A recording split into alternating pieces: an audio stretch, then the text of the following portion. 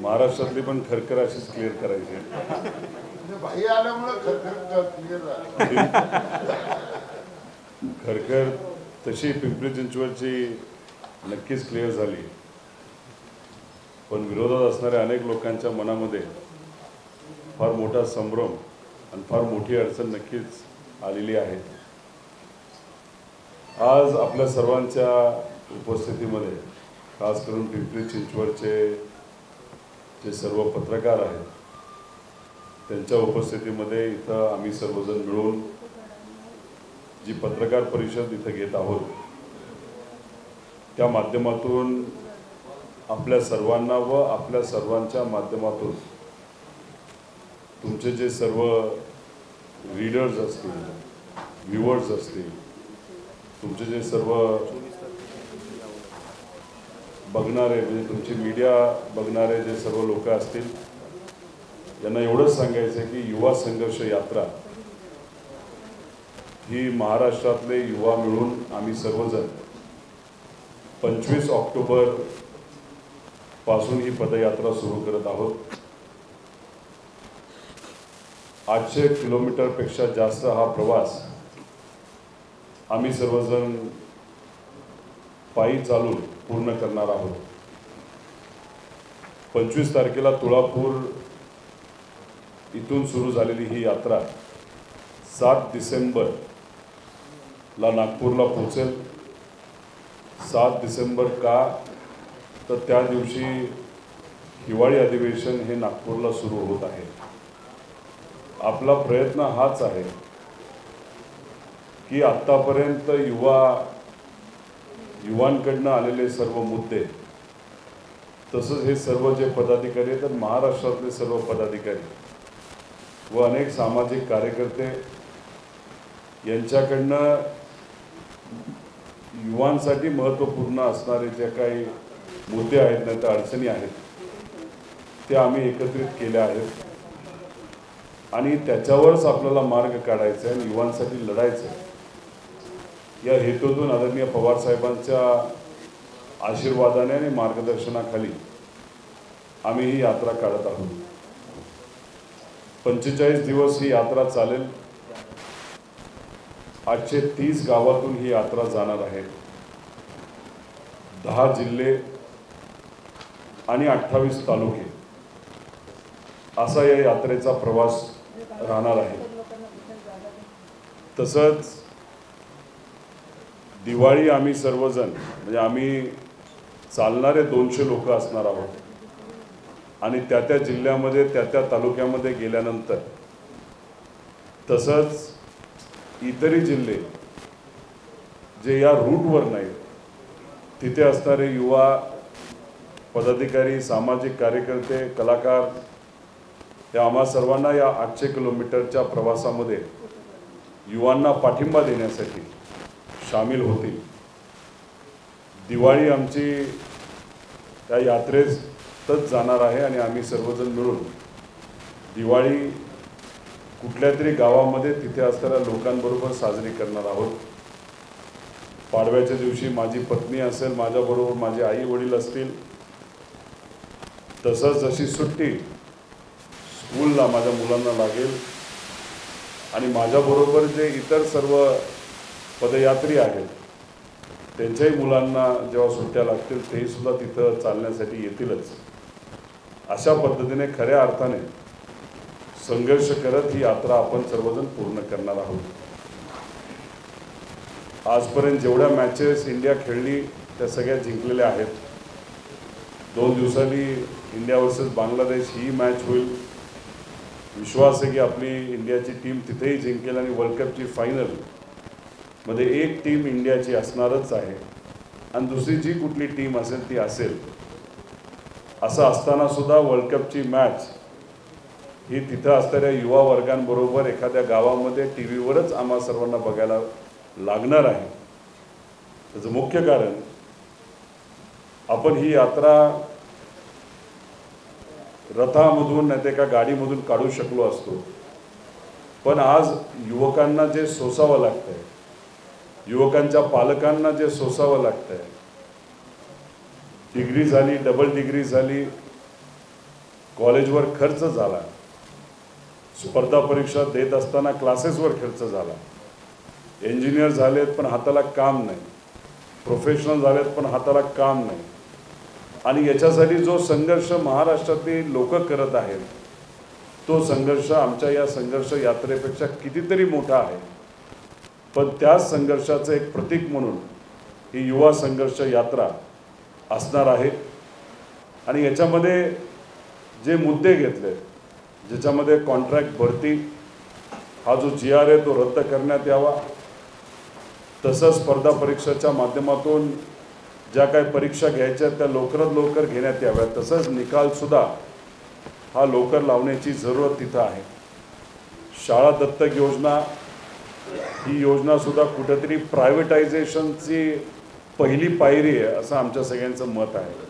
त्यामुळे हाही GR येत्या काळामध्ये रद्द करण्याची जरूरत आहे. सामूहिक शाळा योजना ही सुद्धा थांबवण्याची जरूरत आहे. याच्यामध्ये 14,000 शाळा या कमी केल्या जातील, त्यातून 20,000 जे शिक्षक अतिरिक्त आपल्याला लागणार आहेत त्यांची संख्या कमी केली जाणार. आणि आज जो आपल्या सर्वांचा अंदाज आहे 60,000चा तो कुठेतरी कमी करून 40वर आणलं जाईल. आणि त्याच्यात 20-22 हजाराची भरती हे सरकार शिक्षकांची करेल. आणि मग राहिलेली जी भरती आहे ती कदाचित पुढे ढकलली जाईल, नाहीतर कॉन्ट्रॅक्टवर केली जाईल. त्यामुळे ही पूर्णपणे भरती झाली पाहिजे. आणि समूह शाळा योजना न थांबवता, खास करून जे काही अवघड ठिकाणं आहेत, डोंगराळ ठिकाणं आहेत, आदिवासी समाज तिथं राहतो, NT समाज तिथं राहतो, जो काही उपेक्षित समाज आहे तिथं असणारी जी मुलं आहेत त्यांना जर जास्त किलोमीटर चालायला लागत असेल तर ते शिक्षणापासून वंचित राहू शकतात आणि त्यांच्या परिवाराचं स्वप्न हे अर्धवट राहू शकतं. त्यामुळे सरकारकडे पैसा नाही असं न बोलता शिक्षणासाठी पैसा कुठूनही आणा, पण तो आणून या सगळ्या ज्या काही नवीन योजना ते आणतात, सामूहिक शाळा योजना ही थांबवली पाहिजे. त्याच्याचबरोबर रखडलेल्या नियुक्त्या झाल्या पाहिजे. नोकर भरतीतील भ्रष्टाचार, तलाठी भरतीमध्ये असं म्हणलं गेलं एका तलाठीच्या पदासाठी 22 लाख ते 30 लाखपर्यंत पैसा हा त्या तिथं असणाऱ्या स्पर्धकांकडनं मागितला गेला. मग एक तलाठीचे पद जर 30 लाख रुपयाला जात असेल तर हे कितपत योग्य आहे? गरिबाच्या पोरांनी काय करायचं? आणि हा जो भ्रष्टाचार चाललेला आहे ज्याच्याबद्दल सर्व युवा आज बोलत आहेत, त्याच्यावर आळा घालण्यासाठी आपलं विविध कायदे हे आणावंच लागतील. आणि जर एखादा तलाठी नाही तर कुठलाही अधिकारी पैसे देऊन जर अधिकारी बनणार असेल तर मग सामान्य लोकांना तो कधीही न्याय देऊ शकणार नाही. एखादा व्यक्ती शेतकरी कष्टकरी जर त्यांच्याकडे गेला तर त्यांना तो न्याय देऊ शकणार नाही. मग ही ज्या काही भ्रष्टाचार नाहीतर पेपरफुटीचा जो कायदा हा येत्या काळामध्ये आणण्याची जरूरत आहे. तसंच शिक्षकांची रिक्त पदे भरणं, युवा आयोगाची स्थापना, याच्यामध्ये आज महिला आयोग असल्यामुळे मुलींना जर एखादी अडचण आली, महिलांना अडचण आली तर महिला आयोगाकडे जाऊ शकतात. पण आज फी वेळेवर मिळत नाही. DPTकडनं जे काही निधी वेळेवर आपला फीसाठी नाहीतर स्कॉलरशिपसाठी मिळाला पाहिजे तो वेळेवर येत नाही. त्याच्याचबरोबर भारती असेल, सारथी असेल, महाज्योती असेल, याच्या ज्या विविध योजना आहेत त्याचासुद्धा निधी हा मुलामुलींना वेळेवर मिळत नाही. डिग्री मिळाल्यानंतर नोकरी मिळत नाही. मग ह्या सगळ्या अडचणी कुठंतरी या मुलांना सांगाव्या लागतील. त्यासाठी युवा आयोग हे करणं अतिशय महत्त्वाचं आहे. महिलांची सायबर सुरक्षता, तालुका स्तरावरील MIDC ज्या MIDC आहेत त्याच्यामध्ये नवीन कंपन्या कशा येतील, क्रीडा विभागाचं सक्षमीकरण, होतकरू खेळाडूंना संधी, बेरोजगार युवकांच्या शैक्षणिक कर्जावरील व्याज हे माफ झालं पाहिजे असं आमच्या सगळ्यांचं मत आहे. ज्यांना 2 वर्ष झाली नोकरी नाही अशा मुलामुलींसाठी महिला सुरक्षेसाठी शक्ती कायदा, सारथी, बार्टी, महाज्योती व TRTI संस्थेला सक्षमीकरण. आज 250 कोटी दिले जातात तेही वेळेवर मिळत नाही. प्रत्येकी 1000 कोटी देण्यात यावे अशी आमच्या सगळ्यांची मागणी आहे. सर्व भरती प्रक्रिया MPSCच्या माध्यमातून व्हावी. प्रयोगशील युवा शेतकऱ्यांसाठी विशेष योजना, असंघटित क्षेत्रामध्ये ज्याच्यामध्ये रिक्षा चालक येतात, छोटे मोठे व्यावसायिक येतात, यांना कुठेतरी रिस्किलिंग अपस्किलिंग हे करावंच लागेल.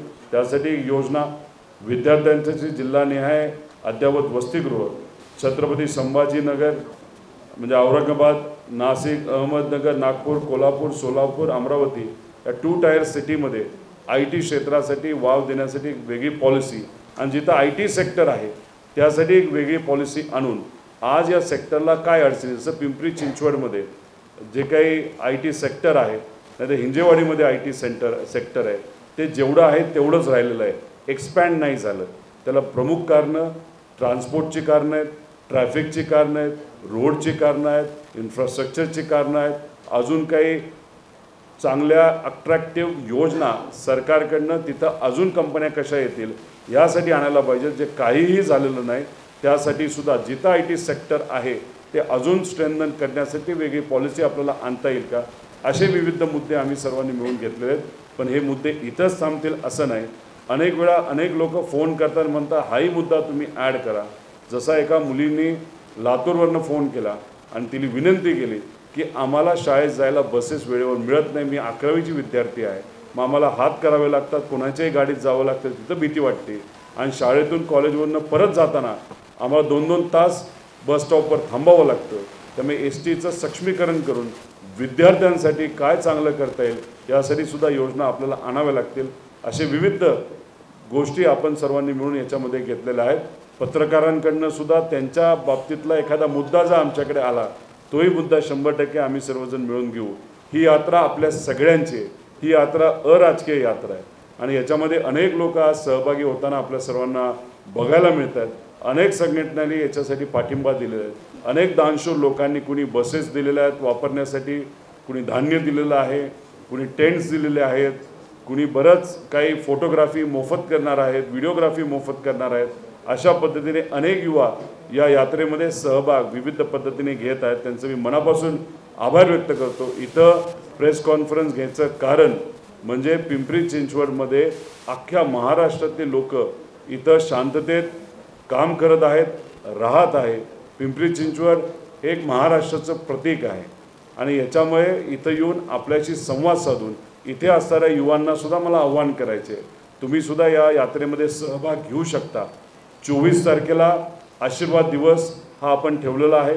त्या दिवशी महात्मा फुले वाड्याला जाऊन आम्ही दर्शन घेणार आहोत. तसंच आपण लाल महालाच्या पाशी जाऊन 8:30 वाजता तिथून एक छोटीशी रॅली 2.5 किलोमीटरची आपण काढत आहोत, ज्याच्यामध्ये युवा वर्ग मोठ्या संख्येने सहभाग घेईल आणि टिळक स्मारकला 10 वाजता पोहोचून आदरणीय पवारसाहेब आम्हा सगळ्यांना संबोधित करतील. पवारसाहेबांबरोबर काही युवा आमच्याशी बोलतील, त्यांच्या अडचणीत सांगतील आणि या सगळ्यातून प्रेरणा घेऊन 25 तारखेपासून आम्ही संघर्ष यात्रा, युवा संघर्ष यात्रा ही चालू करत आहोत. आणि आपल्या सर्वांना विनंती, युवासंघर्षयात्रा.com वर जाऊन आपण रजिस्ट्रेशन करावं. 9098390983 असा आपला मिस कॉलचा नंबर आहे, त्याच्यावर मिस कॉल द्यावा. पण मोठ्या संख्येने आपण सर्वजण याच्यामध्ये सहभाग घ्यावा. आत्तापर्यंत 40,000 लोकांनी रजिस्ट्रेशन केलेलं आहे ऑनलाईन. कुणी येणार आहे, कुणी येणार नाही, कुणी सोशल मीडियाच्या माध्यमातून सहकार्य करणार आहेत. असे अनेक युवा याच्याशी जुडलेले आहेत. मीडियाला विनंती आहे की आपल्या माध्यमातून हा संदेश युवांपर्यंत जावा आणि याच्यात जर आपल्याला कुठले प्रश्न असतील तर नक्कीच आपण विचारावेत. त्या प्रश्नाला उत्तर देण्याचा आम्ही सर्वजण प्रयत्न करू.